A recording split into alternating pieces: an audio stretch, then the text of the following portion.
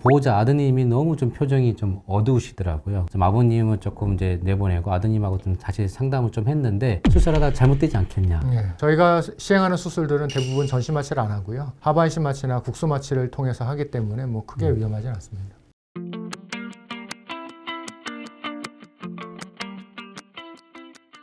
그냥 80대 이상 고령 환자분들은 수술해도 큰 문제는 없을까요? 네. 전립선 비대증 수술은 고령 환자분들이 거의 99%이기 때문에 네네. 저희 병원 같은 경우는 실제로 한 10명이 수술하면은 80대 이상인 분들이 뭐 3, 4명 오고 있으니까요. 그러니까 그런 거에 대해서는 너무 크게 부담은 갖지 않으셔도 될 것 같습니다.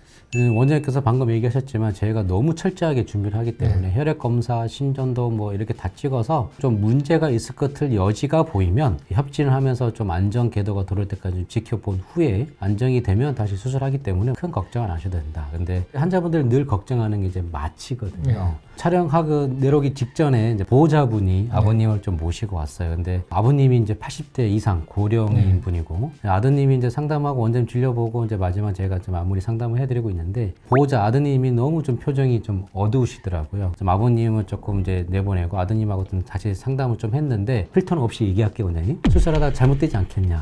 이게 좀 걱정이 된다고 얘기하는데 이 고령인 분들 마취해도 뭐 괜찮을까요, 원장님? 그렇게 걱정하시는 마음은 잘 이해가 되는데요. TV나 이런 데서 보면은 이제 고령 환자분이 이제 위험한 수술에 딱 깨어나지 못한다 이런 얘기를 많이 하지만은 마취 후에 생기는 부작용들은 아주 수술 시간이 길게 전신 마취를 하면서 힘든 수술하는 경우에는 문제가 되지만 저희가 시행하는 수술들은 대부분 전신 마취를 안 하고요. 하반신 마취나 국소 마취를 통해서 하기 때문에 뭐 크게 위험하지 않습니다. 어떤 분들은 아유 내가 당뇨가 있어서 아이고 내가 혈압이 있어서 이거 뭐 수술 못 하겠어 이렇게 하시는 분이 있는데 대부분 고령인 분들은 이제 기초 질환은 다 앓고 있잖아요. 이런 분들도 수술해도 괜찮은지요, 원장님? 본인이 어떤 질환이 있다는 것만 알려주신다 그러면 최근에는 워낙에 또 기술도 많이 발전하고 전립선 수술의 종류도 여러 가지이기 때문에 거기에서 맞춰서 준비할 수 있으면은 뭐 크게 문제될 건 없습니다. 네. 그러면 이제 원장 말씀대로 이제 큰 문제가 없고 그다음에 뭐 고령인도 문제 없는데 고령인들한테 맞는 수술이 좀 있을까요, 원장님? 연세가 많으시면서 전립선이 아주 크지 않거나 그리고 기저질환이 좀 있어서 뭐 흔히 얘기하는 아스피린이나 플라빅스 같은 약들을 복용하시는 분들한테는 굳이 뭐 무리해서 깎아내는 이런 수술보다는 전립선을 줄이는 어떤 결찰술이라든지 이런 것들을 통해서 안전하게 준비하고 완전히 마무리하는 데까지 보통 20-30분이면 충분하기 때문에 수술 시간도 짧고 전신 마취를 안 하고 심지어는 성기능에 영향이 끼치지 않는다는 그 장점도 있으니까요.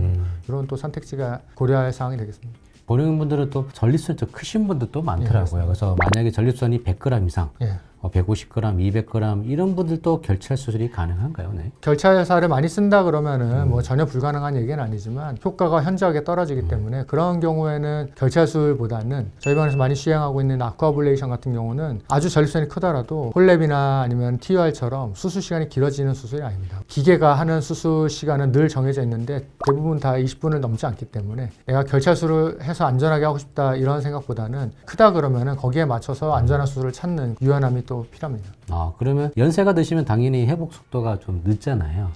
고령인 분들한테는 조금 더 신경을 써야 될 부분이 좀 있을까요? 네? 네, 그렇습니다. 전립선이 아주 큰 분들은 어떤 수술을 하건 빨리 회복될 거라고 기대하시는 분들이 있지만 그동안 전립선이 굉장히 방광에 부담을 많이 줬기 때문에 경직되고 두꺼워져서 이런 것들이 회복되는 데까지는 오래 걸릴 수 있기 때문에 방광이 회복되는 시기 최소한 한 서너 달 이상의 회복 시기를 좀 가져야 된다고 미리 이렇게 생각을 하시면 좀 조급한 마음도 없어지고 그러다 보면 좋아지십니다. 그래서 수술 후에도 계속해서 화장실을 급하게 가거나 밤에 자주 깨는 증상은 한동안 있을 수밖에 없기 때문에 밤에 자주 깰 때 좀 낙상사고라든지 아니면은 뭐 화장실에서 미끄러지거나 오밤중에 자꾸 화장실을 가게 되니까 그런 것들에 대해서만 좀 주의를 기울이신다고 하면은 나이가 많건 기저질환이 있건 크기가 크건 간에 개념만 가지고 수술하신다면 굉장히 만족스러운 효과를 볼 수 있습니다. 네, 뭐 저희가 이제 뭐 고령인 분들 거기에 맞게끔 저희가 이제 수술 후 관리 방법 이런 것도 저희가 자세하게 안내 드리니까 지시에 따라서 잘 해주시면 큰 문제는 없어 보입니다.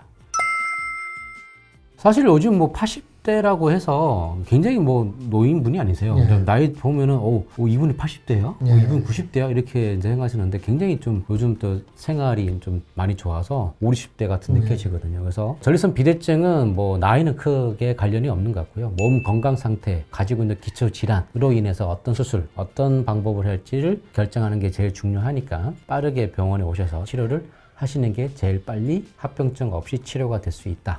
그렇게 생각하시면 될 것 같습니다. 그럼 다음 시간은 더 유익한 정보로 찾아오도록 하겠습니다. 오늘 감사합니다. 네, 감사합니다.